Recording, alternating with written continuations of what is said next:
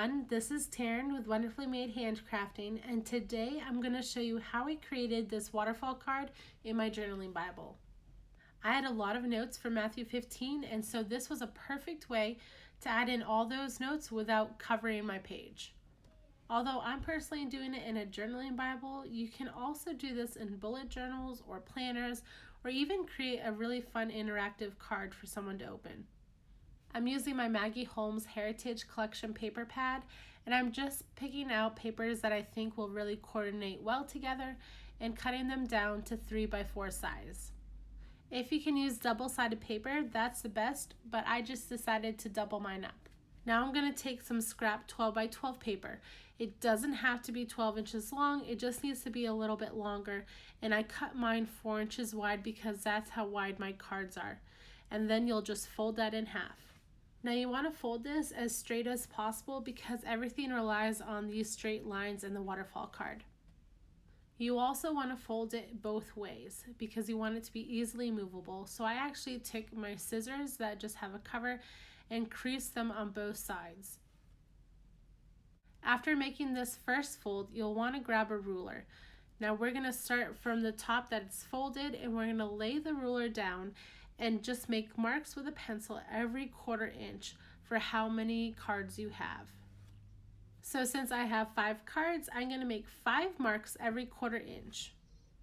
You want to make these marks on both sides of the paper because you're going to take a ruler and bend the card. So you want to make sure these lines are as straight and as accurate as can be. You won't be seeing these pencil marks at the end, so if you feel the need to use a marker so you can see the lines better, go ahead and do so. You also want to think about how thick you want this waterfall card to be in the end. For me personally, I probably would use double-sided paper next time just to thin it out some, and you can also use a less amount of cards, but since I have a spiral-bound Bible, it doesn't really matter. Now, as you can see here, I'm taking this ruler and lining it up with the 2 lines I have on either end, and I'm just creasing it. So I'm using that ruler as a guide and just folding the paper up, and then I'm going to use that to crease it. And I'm creasing it on both sides again because I want it to be easily folded both ways. Now I'm going down each of my lines and using that ruler as a guide and just making sure that everything is as straight as possible. Like I said before, everything relies on how straight it is and how it can fold.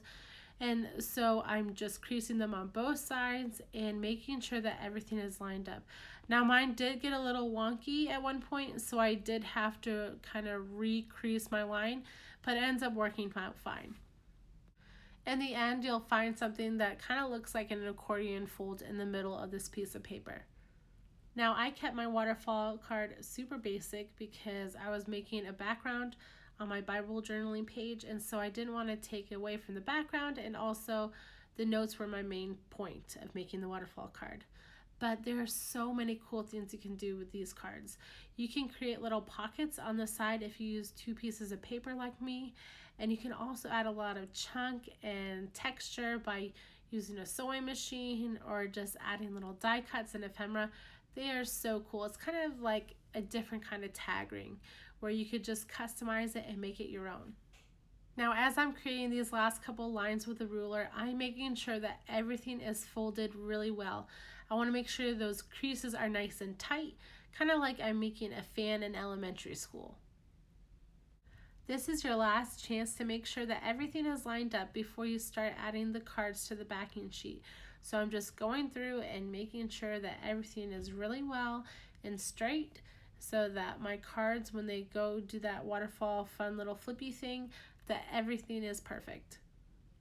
Now comes the easy part and where everything starts coming together. So I'm going to take my pieces of paper and glue them back to back, and I'm just going to round the corners on the bottoms of each card. Here you get to decide which one you want on top and the order of the rest of your cards. Now this can completely change the look of your waterfall card, so it's really fun to figure out which one you're deciding to use on top. I decided for myself that I wanted the purple floral one because I knew I was going to be adding a title, and so I wanted something not too busy but also something that made a statement. If you need to, you can always use a paper trimmer like I do to cut off little strips of white that is seen from the back side. Now, as I finish up cutting these cards, I'm going to kind of go over what I'm Bible journaling today and what all these notes that I'm putting on the cards are about. Now, I'm currently reading through the Bible in a year, and so the other day I actually went over Matthew 15. And in Matthew 15, there's a story of the faith of a Canaanite woman. This woman was asking Jesus to heal her daughter who was severely oppressed by a demon.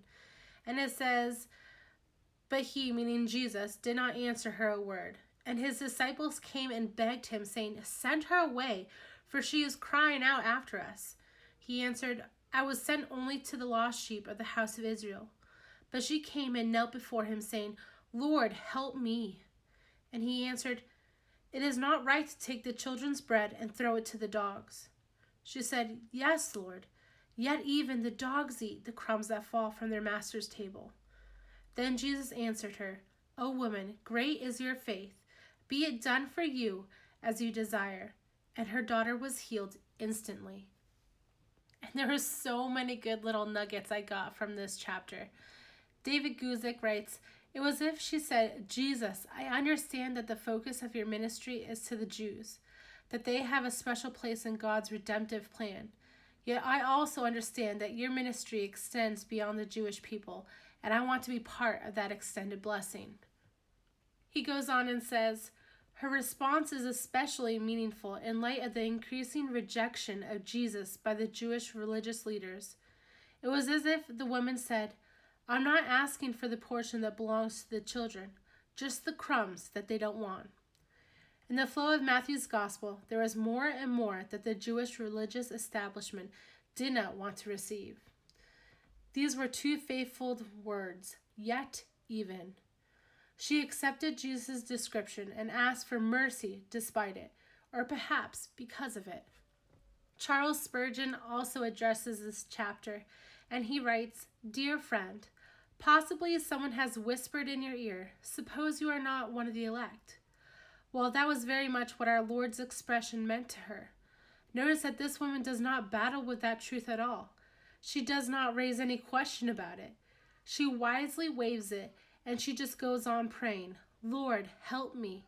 Lord, have mercy upon me.' I invite you, dear friend, to do just the same." Now, it can seem a little bit that Jesus may be being a little harsh with this woman, but the tricky thing is we're not reading this in the original language. And also, Jesus is drawing out the faith of this woman. And in the end, he says, "O woman, great is your faith. Be it done for you as you desire." And he only said, "Great is your faith," to two people in the New Testament, and both of those were Gentiles. So as we jump back to the crafting side, I did cut off the bottom of the backing sheet because I didn't want a whole bunch just hanging there, and I wanted it to look like another card. So I'm going to round off those edges so it looks seamless with the other cards, and then I'm going to put it on my Bible. I wanted to add a title to this front card, and so I decided on the title, "Yet Even." And that is just to remind me of that verse that says, "Yet even the dogs eat the crumbs that fall from their master's table." And that was just such a powerful verse for me when I first read this chapter. As well as the title, I'm going to finish off this page by adding some stamped florals from By the Well for God. This is in a stamp set called Glory. It was out of stock earlier. I think it might still be, but definitely check their page and see if it's in stock by the time you're watching this. It is one of my favorite florals, and so it's definitely worth picking up. After I've stamped those florals, I will color them in with some NeoColor 2s and add a little bit of water to blend them, and that'll be it. If you've enjoyed this, please like and subscribe to my channel, and go ahead and follow me over on Instagram. I hope you all have a wonderful day. Thank you. Bye.